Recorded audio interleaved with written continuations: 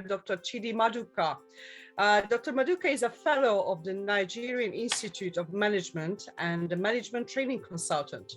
He is currently an associate professor and the dean of the Faculty of Humanities in Seikan Open University in Nigeria. He is an entrepreneur and the CEO of Faber Chidex Consult Ltd, a leadership, management, and HR firm in Africa. He is also a protocol and diplomacy consultant, providing advice to professional bodies and associations. He is an international speaker on various stages on a number of topics such as self-development, strategic thinking, emotional intelligence, depression management, protocol management. Dr. Maduka is an author of 2 books. The first one is From Politricks to Politics, The Universal Paradigm Shift. Now that sounds really interesting. I'm already very much interested. And the second one is Depression Tranquilizer, A to Z Steps for Managing Depression. Now, ladies and gentlemen, please welcome Dr. Chidi Maduka, our next speaker at the conference, and his topic, Enhancing Professionalism of the Africa's Protocol Industry. All right. Thank you very much for that part, and thank you organizers for this program. We really appreciate this program and we appreciate all the participants. All right, speaking about enhancing professionalism of the Africa's protocol industry, I want to say that I strongly believe that the protocol industry in Africa has really come of age. And we believe that it's time for the protocol industry and those that are involved therein to begin to actually carry out the protocol activities more in a business-like manner from a professional standpoint. And I want to just speak briefly about professionalism. Professionalism is simply, a set of rules, people adhering to a particular set of standards, high standards and rules, and code of conduct, and particular qualities that as it were is used in recognizing a particular professional area. And so when a person sticks to these standards, we say that person is a professional. I know we've been coming from a background where professionalism right now is highly rated.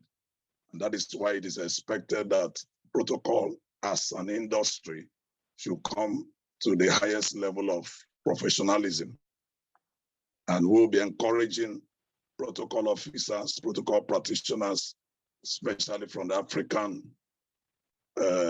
region, to begin to carry it out in a more professional manner.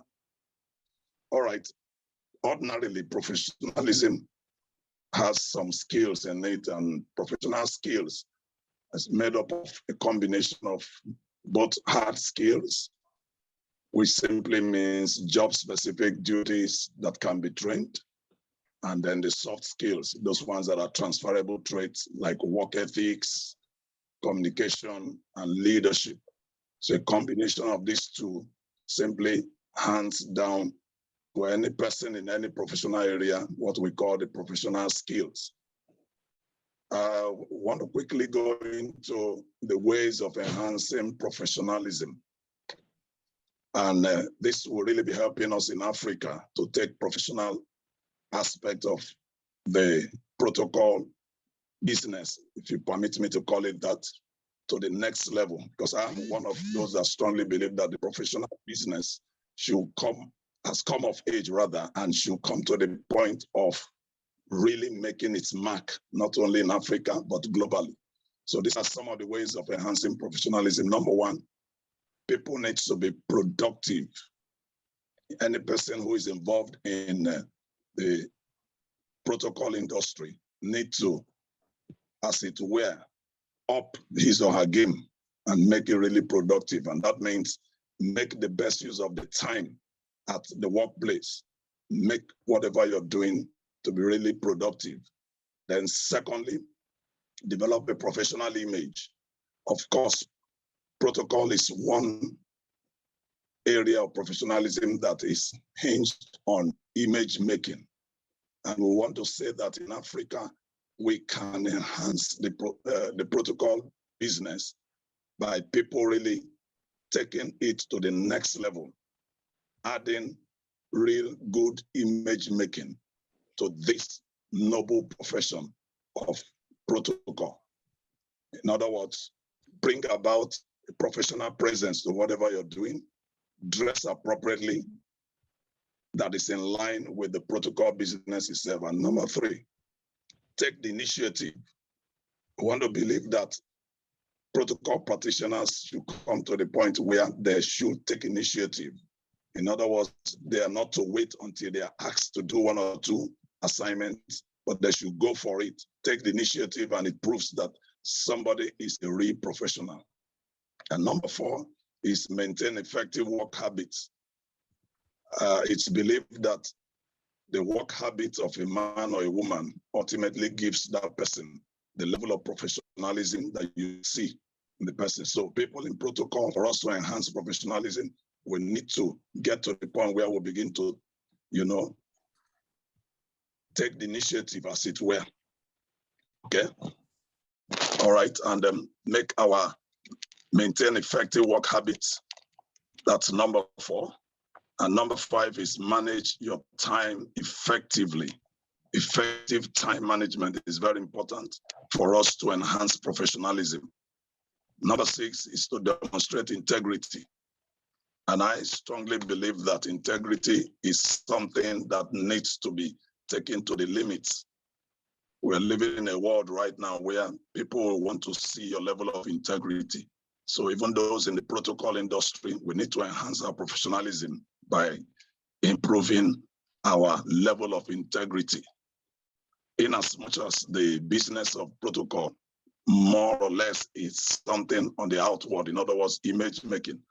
But as good as it is, we need to work on our integrity. And then the integrity will now showcase the qualitative image. The number seven there is provide excellence. And this is really, really important. And I'm very passionate about this aspect of excellence. And excellence simply means exceeding expectations, putting in a touch of excellence to the protocol business. I believe that the moment we begin to add the touch of excellence to the protocol business, it will be known that yes, protocol has really come of age, especially from the African perspective. And the number eight, be a problem solver. Some people might not really see the protocol business as a problem-solving profession. We need to also be resilient. There is the aspect of being resilient, okay? And then we need to communicate effectively. Effective communication, of course, protocol professionals should be effective communicators, and we need to really push that to the limits to prove our professionalism. And last but one, we develop self-awareness. In other words, learn to manage your emotions. And let me talk a little bit about this. Because people in the protocol, you meet with the public and all that, you are the first port of call. It's very important we become aware of ourselves. In other words, where emotional intelligence really comes in, and so that you don't get, off your temperament, because several times a number of things we really want to get you off guard. And then last but not the least, there is to build relationships. Of course, the protocol business brings you in contact with people, networking and all that, but you have to also be deliberate. We need to be deliberate and consciously building relationships, because some of these relationships will be needed in the future, which is very, very important. All right, lastly, quickly look at how to develop the Africa's protocol industry. There are several steps I've been able to outline here. And number one is understand the sustainability trends and best practices. Now, the industry as a whole should get into a point of researching and finding out what are some of these frontiers, what we call frontier sustainability trends. The world right now is moving towards sustainability on all grounds.